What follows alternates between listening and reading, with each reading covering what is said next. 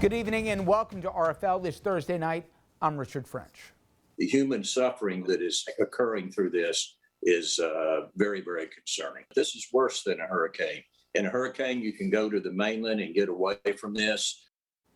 For a frame of reference, you just heard from the mayor of Galveston. That's a city that's been leveled by hurricanes and floods several times over the years. But the city, no match for snow and freezing temperatures at its peak. 90% of Galveston had no power whatsoever. Statewide, nearly 500,000 people still don't have power right now, but that is a fraction of the households that were in the dark over the past few days. It is still colder than usual in Texas, but at least it's started to thaw.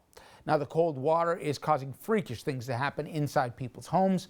They lost their heat, they don't have insulation like houses do up north. This fish tank in Amarillo, it froze into a solid block of ice. Check out this ceiling fan with icicles hanging down, again, indoors. People who have been in the dark for days, they have had it. My family and I, we've been in the dark since Sunday night. It's horrible. It's just like, it's very survival mode. Like, you definitely have to get in survival mode. We're just trying to stay alive. It's kind of ridiculous. I don't understand how this can actually happen and last this long. Now, it's not just the power we're talking about. In Houston, the water supply, it's been impacted due to damaged equipment and freezing pipes. Millions of people have had to boil water before using it, and those are the lucky ones that have power. How can we boil water? We don't even have power. Trying to boil some water so we can make some warm bottles for my daughter. What we've been doing all day is actually coming outside, getting snow, putting it in our pots, and heating it on our propane grill. And the blame game has risen to a full-force gale.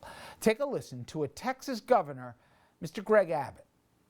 This shows how the Green New Deal would be a deadly deal for the United States of America. Our wind and our solar got shut down, and they were collectively more than 10% of our power grid. As a result, it just shows that fossil fuel is necessary. Unbelievable. Listen, he's not alone. Two Republican congressmen from Texas also are in the finger-pointing blame. Ronnie Jackson says, quote, "This is what the Biden-Harris plan for our energy sector looks like. Corrupt green policies that leave us in the dark and Texas energy workers out of a job." Dan Crenshaw from Houston tweets, "Alexa, show me what happens when you let Democrats control energy policy." Let's just do a little fact-checking now. Republicans, and only Republicans, have been running the state of Texas for the better part of a decade. People who should know better are also playing politics when it comes to the power grid.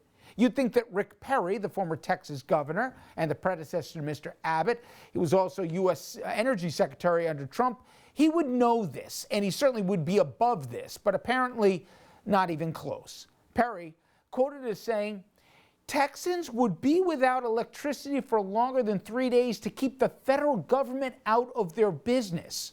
Perry goes on to say, "Try not to let whatever the crisis of the day is take your eye off of having a resilient grid that keeps Americans safe, personally, economically, and strategically." He says that our people are struggling to stay alive in Texas, but this idiot, okay, don't get me started. He is not alone, though. Ted Cruz, Texas Republican senator, well, where was he at this moment of crisis? I'll give you a hint, not in Texas. He flew to Cancun instead of dealing with the cold, and I'll talk much more about Mr. Cruz in a moment. Also, when Republicans blame renewable energy for their problems, they're not even contorting a little bit of a fact. They're just completely lying to you. Every energy source in Texas has failed. That includes overwhelmingly the gas that they rely on, as well as, by the way, nuclear, which they're promoting, and the wind and solar, sure, but they're a small fraction of the supply that they're dealing with. Also, all of this could have been prevented if they had remotely competent, let alone responsible leadership. If the state had actually taken precautions, we wouldn't be where we are. More than 10 years ago, bitterly cold weather knocked out power to 4 million Texans. At the time, federal regulators warned the state that they were going to have infrastructure problems that would not be able to handle this if they didn't winterize to prevent this from happening again. Once bitten, twice shy. But what did Texas do? Nothing. And it happened again this week. Plus, Texas is the only state in our union that has its own power grid. Remember, hey, we don't want to listen to the U.S. government. We want to go our own way. So it's now unable to draw from neighbors during an emergency. Would have been handy right about now. For more on all of this, I want to bring in my guest, Jon Rosenthal. He's a Democratic state representative from Northwest Houston. You know, Representative, we've heard from a lot of scared and a lot of angry folks. For you, it's not just constituents. I look over your shoulder, I see a hole in your wall from a burst pipe. You went 40 hours yourself without power. Just talk about the calls you've been taking to your office, just how really scary a situation is for too many people. Yeah, so first, thanks for having me on, and thanks for recognizing the damage in my little home office here. I am in exactly the same position as my constituents. I'm neighbors with them, and they have dealt with bitter cold without being able to heat their homes. And then if the electricity comes on, we've had rolling blackouts, which are fairly traumatizing because you never know when it's going to be on or off. You're just waiting for that shoe to drop. And then on top of that, the problems with the water. We've had low water pressure. Lots of our area is under boil water orders, which is kind of scary if you think your water coming out of the tap is contaminated and needs to be boiled to be safe. And then on top of that, that's even if you have water, you know, all these houses with pipe damage. I've got lots of constituents who have had their pipes exploding in the walls because you can't heat your house. It's sub-freezing temperatures, pipes burst, and there's nothing you can do about it except turn the water off at the curb and hope you can get a plumber sometime. So people are frustrated, people are angry, and people just want their government to help them out of this bind and to inform them what we're doing, what they can expect, what our timeline is. We don't even have a detailed plan here. I've covered a lot of natural disasters, but I've never seen what's come out of Austin, in that the idea that a governor immediately goes to blaming a windmill or a solar panel. Forget about, even if it was true, that's the go-to reaction right away instead of helping the constituents, but it's also completely a falsehood. That's not what happened. The idea that government, yes, there was a cold front that came in, but there was a failure of administration. There wasn't regulation, and as a consequence, there wasn't anything in terms of planning for this event. It is stunning the lack of leadership from the governor's office on down that's going on in your state. Yeah, I mean, to have the governor go on TV and gaslight people while our constituents are freezing, while people are suffering, and this nonsense about windmills not turning, when 80% of the shortfall is thermal-fired plants, coal and gas-fired plants, particularly the natural gas-fired plants going offline is the biggest part of the problem. But it doesn't matter which part of the problem is the worst part. You need to get through it. You need to be candid with your constituents, and this is avoidable. And I don't know if people know, I'm a mechanical engineer from the oil and gas industry before I ran for office, and we are all about reliability. In the work I did with subsea systems for offshore, and so to not take the minimum precautions, to not have the minimum regulations, to not have the capability to back up your systems so that you don't have a catastrophe like this is unconscionable. And I'm proud to be part of the energy culture from the energy capital of the world. And it's a massive embarrassment that we can't keep the lights on during a cold snap in Texas. And to me, this was preventable, this was foreseeable, but what about the basics? I mean, where were the warming centers set up? Where were all the backup generators that were lined up for this, Representative? I mean, the food. I mean, the supermarkets have barren shelves. The idea. I mean, what's the point of a government if it's not there to help people when there's a crisis. And again, I'm not picking on Abbott here, but this is just 101 stuff. It is. It's failed leadership, and to be 4 days in without a detailed plan, and a detailed plan includes stuff like that. So the counties and the cities, municipalities have been setting up warming centers. You know, our mayor in Jersey Village, which is a small town in my district, was opening his personal business as a warming center. You know, he's got a little brewery with a kitchen, and to not have a coordinated response, you know, I mean, where's the professionalism? We're a wealthy state, and we have some smart people here, and it's unimaginable to me, the absolute failure in leadership. And even as we progress days into this, without a detailed plan, without being able to tell our constituents what we're doing and what the steps are to recover, is mind-boggling to me. Particularly as an engineer, I'm a planner by nature. Oh, I know, and I got to tell you, as bad as it was, beyond the lies, obviously, most importantly, the lack of preparation, the lack of a plan, you have on top of it. In addition to Governor Abbott, his predecessor saying to people, hey, you know what, just suck it up a little bit, but whatever you do, don't go for the government for help right now, as if people freezing with infants are going through what Rick Perry's going through. And then you got Ted Cruz, who's heading off to Cancun. I mean, you can't make this stuff up. It's not only unconscionable, it's a complete leadership failure. To have a United States senator, when his state, his constituents are suffering during the worst crisis in quite some time in memorable history, people are freezing their tails off here, and he goes to vacation in sunny Mexico. That's someone that's not interested in leading. I mean, that really, it's shocking, but I wish I could say it was a surprise. Well, you know what? I know I speak for our audience here, and certainly to those folks watching us in Houston. Good luck. I know you got tough times ahead of you and your constituents as well, but we're all thinking for you guys. Thank you. Thank you so much. And let's stay on the subject of Mr. Cruz here. With Texans in the cold and the dark and struggling to get drinking water, Cruz put himself and his family on a plane yesterday, and they flew from Houston, where temperatures climbed to the high 30s yesterday, to Cancun, Mexico. High temperature, sunny 85. Cruz didn't tell anyone he was going, of course. Other passengers, they posted the photos online, leading to 18 hours of mystery as to the senator's whereabouts. Bad enough he skipped town during a crisis, but it gets worse. Naturally, Cruz had been telling Texans to stay home this week, to keep the kids safe. We could see up to 100 people lose their lives this week in Texas, so don't risk it. Keep your family safe, and just stay home and hug your kids. Oh, we're just getting started.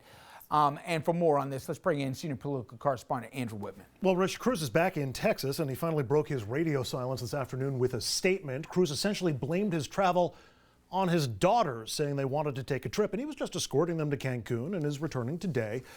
But Cruz was packed for a longer trip, and multiple sources now reporting Cruz was going to come back Saturday until the story blew up. The Houston police confirming that Cruz asked for police officers to help him navigate through the airport, taking cops off the street in the middle of a deadly emergency.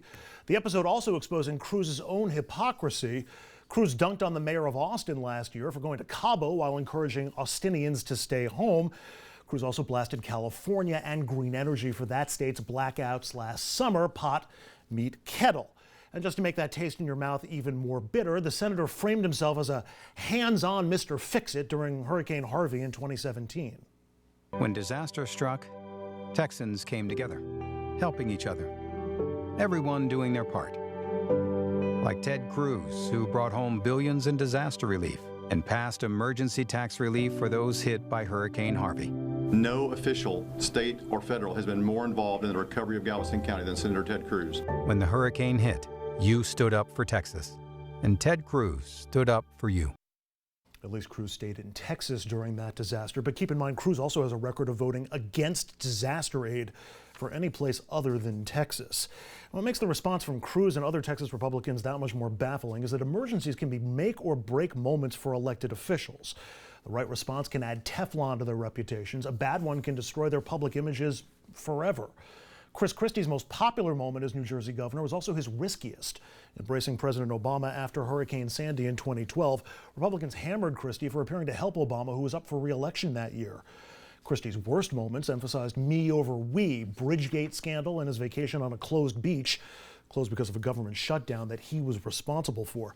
The classic emergency blunder belongs to New York City Mayor John Lindsay in 1969. 15 to 20 inches of snow and parts of the city went unplowed a week later. Dozens died and the mayor's limo got stuck in the snow as he tried to impact or tour impacted neighborhoods. Lindsay lost the Republican primary in his next re-election bid. A selfish snow response was one of Michael Bloomberg's worst episodes as mayor of New York. The billionaire had taken a private jet to Bermuda ahead of a Christmas blizzard. That only became an issue because the city again bungled its storm response. Flip side, best example of emergency response bolstering an official would be Rudy Giuliani after 9/11. Before he became America's mayor, his approval ratings had fallen into the 30s, largely over police shootings and policies that targeted Black and Hispanic residents. After the attack and his response, Giuliani's approval rating soared above 90%. And we're seeing another example play out in real time right now. Andrew Cuomo's response to the coronavirus made an international symbol of leadership. His response to the ongoing nursing home scandal could make him a symbol of scorn. We'll have much more on that later on in the program. Rich? And let's revisit Texas, because the political cowardice by Governor Abbott to try and blame on a complete line of BS that it was windmills and solar panels. It's because this whole new notion that we've seen in the last generation of government's the problem, until you need government. 49 of 50 states are part of the grid. Who's not? Texas. Who makes a big point of being proud of that? Guys like Abbott, and before him, guys like Perry. So then when the you-know-what hits the fan, instead of owning it because they didn't have any kind of oversight to require that we actually had regulations here that they de-iced and everything else, or I don't know, prepared for a storm, they then blame everyone else but themselves. It is so infuriating and shameful to me. And then you see Ted Cruz. And for the folks who's watching me in Texas right now, Andrew and I, if you're watching this in Houston or in Dallas, let me remind you who Ted Cruz is. After 9/11, when America was attacked, and New York, literally, we saw rubble on fire for months with thousands of people not being able to be identified for their families. Ted Cruz refused to give aid to New York and then had the temerity to show his face in New York for a fundraiser, okay? Finally, he found a conscience when he knew the politics were wrong for him. So this is an old game for Ted Cruz, and he's going to get comeuppance. There's now reports, Andrew, that he mocked lawmakers in the past for going on vacation during crises. He's only back because he got busted. And as you said, to blame his kids for it, the story's going to get worse for him because he can't own it, like so many of the other people you said. If you step in it, own it, and then try and make it better. Stop blaming everybody else because you didn't do your job the right way. There's a lot to unpack here. As you know, I spent 3 years working in Texas, and the deregulation and sort of disdain for government oversight is almost part of the Texas ethos at this point. It's been going around there for decades, for so long that that's now how a lot of Texans believe. But when you don't regulate, businesses, companies aren't going to regulate themselves. They're not going to winterize their gas lines. They're not going to winterize their windmills unless you make them do it. And Texas hasn't made them do it. So to my mind, all of this blaming of green energy is just a massive deflection away from them trying to hide the fact that they're the ones who dropped the ball. You said on it, by the way. this. It's not about the windmills, Right. okay? The gas lines, the nuclear power plant. These things froze in Texas because, as you said, the minimum required in every other state in the union is you have to winterize for this. In Antarctica, our windmills work, by the way, right? The windmills work because they're required to winterize them. They didn't do it in Texas because they didn't make them do it. And now we got the problem that we have on our hands. And to me, when Rick Perry, when that prince tells people after 3 days, whatever you do, let's not have the government help out here. I guarantee you he's not sitting in a freezing apartment with a newborn who can't get formula. I am sure he's not there. And by the way, Texas, you know who is sending help? The federal government is. You got Biden right now who's sending generators, food, water, basically the cavalry to help out Texas like every government should.